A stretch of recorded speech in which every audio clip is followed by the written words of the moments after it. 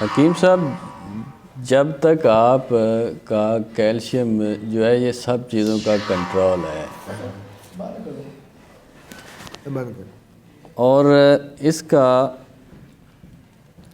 क्योंकि इसके होने की वजह से आपके जिस्म में फास्फोरस भी रहेगी, इसके होने की वजह से आपका मैग्नीशियम भी आपके जिस्म में कायम रहेगा, पोटाशियम भी कायम रहेगा, आयरन भी कायम रहेगा।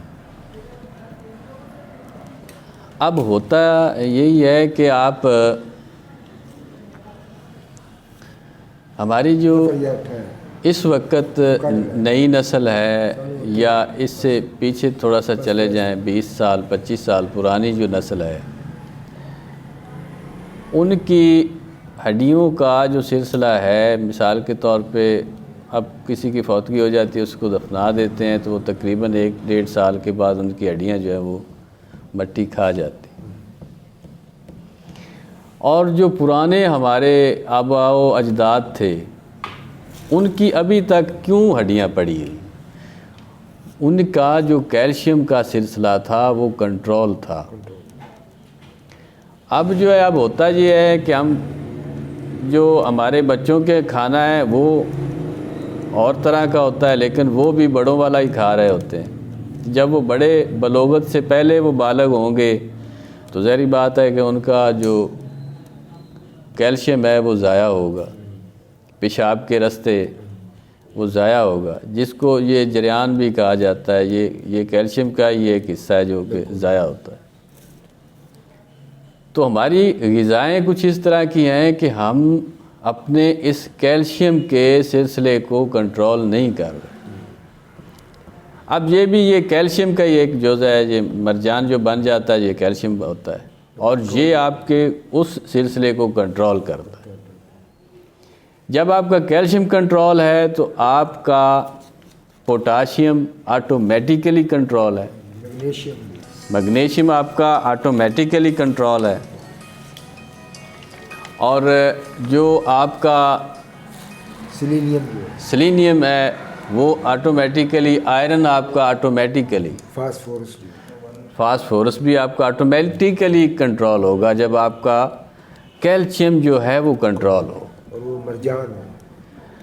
तो हम ये अपनी तरफ से ये कोशिश करते हैं कि ये आपका मुस्तकिल चीज़ है, इंसान का ये वजूद है कैल्शियम, इसके बगैर आप नामुकम्मल हैं। जिस आदमी में कैल्शियम की कमी होती है उसमें आयरन की भी कमी होगी, उसमें फास्फोरस की भी कमी होगी, उसमें पोटाशियम की भी कमी होगी, उसमें मैग्नीशियम की भी कमी होगी। और ये सब चीज़ें जो हैं ये क़ुव्वत मुदाफ़ियत के जोज़ हैं। अगर इनमें से एक कैल्शियम को ही निकाल दें तो आपकी क़ुव्वत मुदाफ़ियत जो है वो नीचे चली जाएगी। और अल्लाह ताला ने क़ुव्वत मुदाफ़ियत एक ऐसी चीज़ बनाई है कि ये बहुत सी अमराज़ को जो है वो उससे इंसान को बचाती है। जिसकी क़ुव्वत मुदाफ़ियत जितनी स्ट्रॉन्ग होगी वो उतना सेहतमंद ज़्यादा होगा।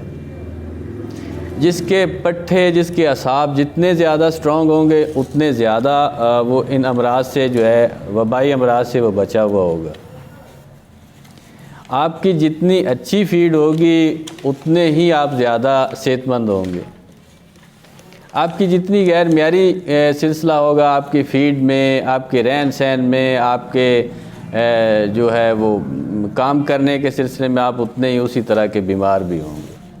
अब जो बैठ के काम करते हैं लोग वो फैटी होते हैं, उनका पेट बढ़ जाता है, वो बैठ के काम करते हैं, ये कंप्यूटर पर या दफ्तरों में या कुछ इस तरह का, तो वो उनका जो काम करने का तरीक़ेकार है वो लेज़ी किस्म का है, इस वजह से वो उस तरह के मरीज़ हो जाते हैं।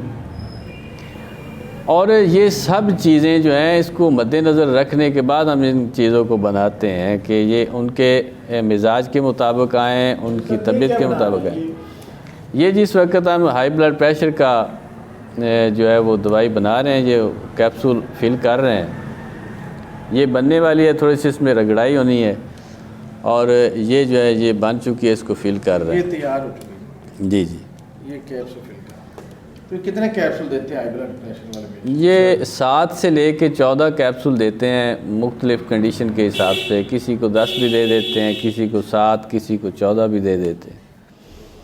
तो अल्लाह ताला मेहरबानी करता है कि फिर वो उनका ब्लड प्रेशर पूरी ज़िंदगी के लिए नहीं बढ़ता। जी, मुस्तकिल इलाज है इंशाल्लाह। किसी पे कोलेस्ट्रॉल की वजह से बढ़ता है, जो भी वजूहत है, जिस भी वजह से ये है, अल्लाह के फ़ज़ल से उसका फिर ब्लड प्रेशर नहीं बढ़ेगा, चाहे आपका वज़न ज़्यादा है, जो भी किसी भी वजह से। मतलब का क्या नाम है आपका? हमारे मतलब का नाम अवैसी केयर सेंटर है। गोल मस्जिद सादक हवेली लखा एक छोटा सा शहर है, वहाँ पर ये हमारा मतलब है। और तहसील हमारी जो है वो देपालपुर है और ज़िला उकाड़ा है, पंजाब पाकिस्तान में। तो हम मुस्तकिल तौर पे इलाज करते हैं। हमारा वो नहीं है कि आप एक बार खाएं तो फिर आप जो है ठीक रहें, जब छोड़ें तो वहीं पर, ये वो सिलसिला नहीं है।